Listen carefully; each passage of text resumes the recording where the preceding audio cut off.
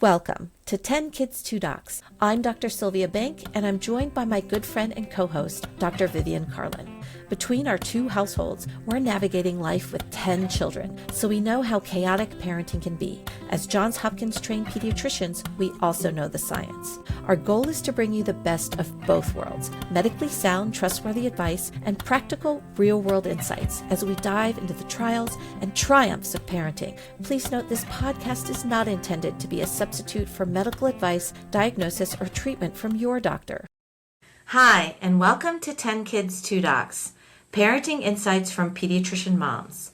I'm Dr. Sylvia Bank. And I'm Dr. Vivian Carlin. Welcome back. Welcome back. We have a very special guest today. We are welcoming back our first guest speaker. She's back for more, and I would like her to introduce herself. Hi, I'm Dr. Cathy Parrish. I'm a retired pediatrician and single mom with about 40 years practice experience. Welcome back, Dr. Parrish. Thank you again for joining our show. For our listeners, this is now part 2 of our discussion on single parenting, and I'd like to refer people back to part 1, in which you described some of the struggles of single parenting and the encouragement you have for single parents. I want to clarify again, for those that have missed our previous interviews with you, we are talking about single parenting in the context of an unexpected event.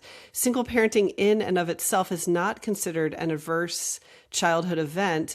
And you, Dr. Parrish, made the distinction in the context of that active decision-making of becoming a single parent versus a more traumatic or unexpected situation that altered the course of parenting so that you are now a single parent. I'd also like to refer our listeners back to our first episodes that we did with you on the death of a parent for more insight into how to care for yourself and your children while walking through that trauma. But today, we're just going to go a little deeper into some more considerations with single parenting. So, Dr. Parrish, do you have anything you want to say about these distinctions? I think, first of all, choosing single parenthood and becoming a single parent because of some unforeseen circumstance are two different things. Okay. How so? Well, I think people that choose single parenthood go into it knowing they have to do it all themselves. Mm-hmm. Or perhaps they have a community of people around them that are going to help them with this, and it's been an active decision. Okay. Becoming a single parent due to misfortune of some kind, illness, accident, an abusive spouse, alcoholism, drugs, all of those kinds of things, is a different journey. Mm-hmm. You started a family, you had a vision for your life, and now that vision has been drastically altered. Mm-hmm. And so now you need to create a support system to survive raising children by yourself. Mm-hmm. So I think that's a significant difference. No, absolutely. I see what you're describing here. And in addition, perhaps if you choose single parenthood from the get-go, you don't choose to have 4 children. Right. Yeah, 4 children is a lot. I would love if you could just describe some of the things that were hardest for you as you became a single parent. As single parents get asked all kinds of difficult questions about why they're alone, how they're managing. Stop. Like, you're wondering if they're making it? Don't ask them. Do something nice. Yeah. Somebody told me a story a long time ago that really is a good description of single parenting. You're walking on the beach and you see someone in the ocean and they're struggling swimming. And you can see they're in trouble. Do you look over and say, hey, hi, do you need anything? No, you go get the lifeguard and jump in, right? You help them, right? Yeah, you help them. So you see this poor dad or mom with this bunch of kids that they're raising by themselves. Mm-hmm. Have them over one night for dinner. Mm-hmm. Send them a pizza. Something. Offer to pick a kid up from an activity. Mm-hmm. Don't ask if they need you, because they do. Right. No, that's a very good analogy. Yeah, it's just incredible. And then the other thing that does happen if you become a single parent along the journey, whether it's the spouse left or the spouse died, right? Male or female, doesn't matter. And if your friends previously were couples with children, a bunch of these people all of a sudden disappear from your life. You find out who your real friends are when something like that happens to you, whether it's an ugly divorce or a spouse that was struggling and left, or a spouse that died, whether from a long illness or a short one. Your real friends don't disappear 2 weeks after the divorce is final or the funeral. They're there, and they're there on an ongoing basis, checking in, just doing something nice. Yeah. And you need that because you have no respite. Yeah. Maybe you can talk a little bit about the financial component of single parenting. Sure. So, I mean, first of all, financially, you've lost an income. Yeah. If you became a single parent, not by choice. And even if you choose single parenting, you have one income. Right.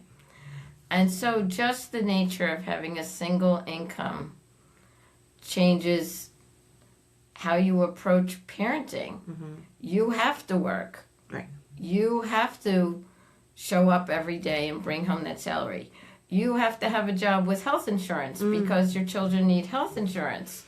And you certainly can't afford to pay for it without a job. Right. You want a job that provides health insurance and you Right. get some family plan, right? So, I mean, there's that aspect.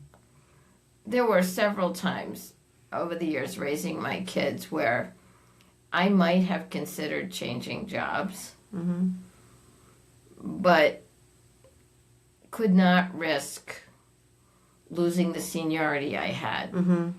Like, I knew working where I did, they were never letting me go. Yeah. And I had guaranteed health insurance and dental and retirement, and no matter how lousy my job was some days, and there were, of course, weeks and days that it wasn't great, there was no way I was changing jobs.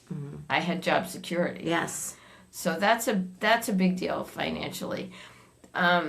Other pieces of the financial picture that are hard is that you're the one who has to make all the financial decisions. So in my case, it was 4 children. How many sports can we actually afford, let alone logistically pull off? And I do think grandparents help out in a lot of single-parent families. And perhaps even in 2-parent families in this day and age, because life is expensive. Right. But there's those kinds of things. Yeah. You have to make decisions. And depending on your job, you may have to make decisions about, we're not doing any activities. And we can't afford it. What we can afford right now is rent and electric and food and school. Right. And that's it. And car insurance. And then there's that second car when your teenagers drive. And the car insurance to put a teenager on your car insurance. Horrifically expensive. Yeah. So, yeah, the finances are another big juggling piece. And I took care of lots of families where the single parent was usually a mom. And many of those people saw me once a year, tops. Like their kid would be sick and they'd call and they would not come in because they could not afford the copay. Even if it was like $30. They were single, and it was hard. Julie needs to be picked up from 2nd grade every day at 3, and mom works 9 to 5 and can't afford aftercare. Right? So there's that kind of thing too. So I think finances are really difficult. Yeah. Like, they're not easy for anybody in this day and age, but more difficult for single parents. And the burden is bigger because you feel like, tag, you're it. Yeah. Because you are. Yes.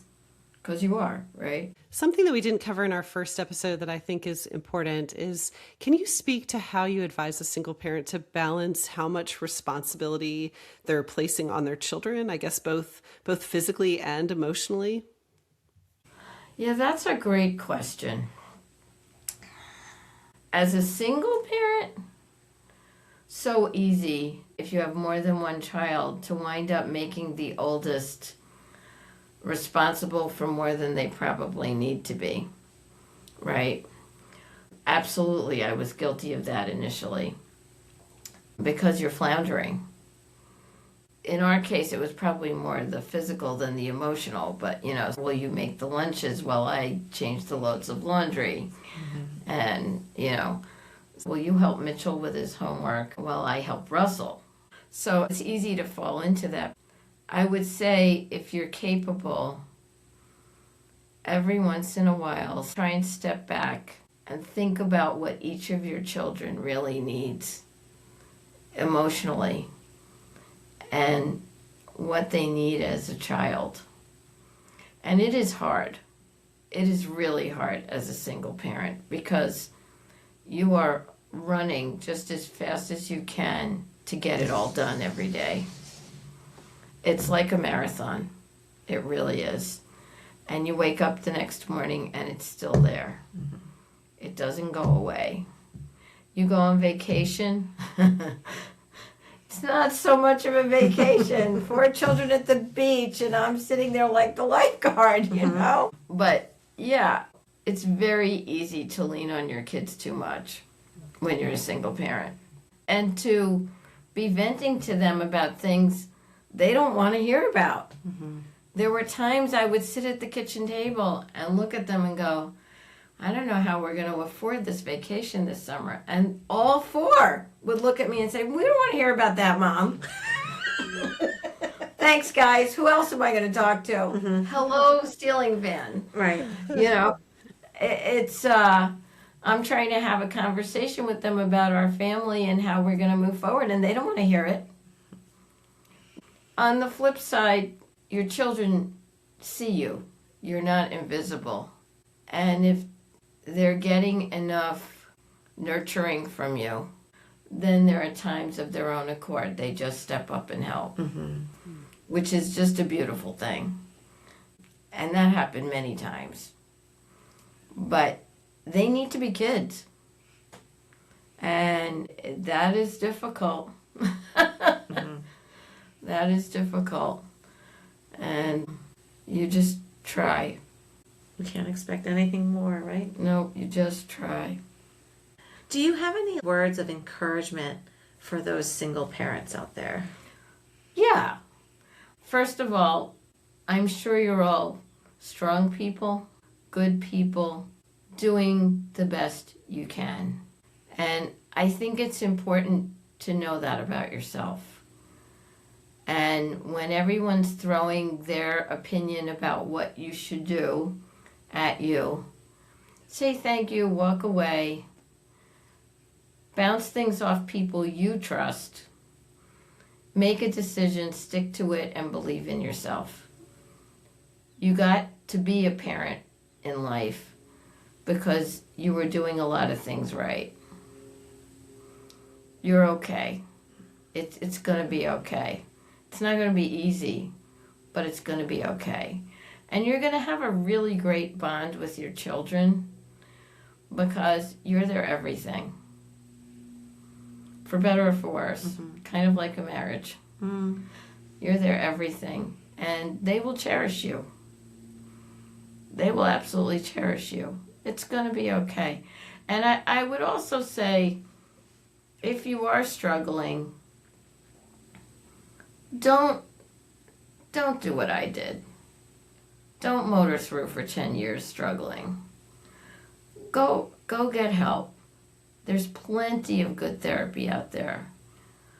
Go do a spa day and send your kids to a babysitter. Go join some activity that's once a week for an hour or 2 that makes you feel like a person. Take care of yourself. That will help you on this journey. You'll be a better parent for it.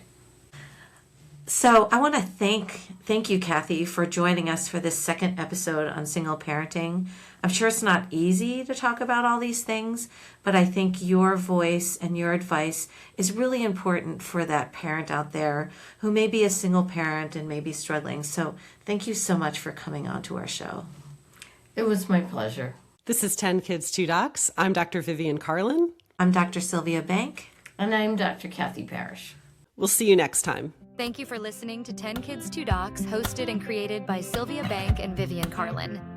If you enjoyed this episode, please subscribe and recommend our podcast to other listeners.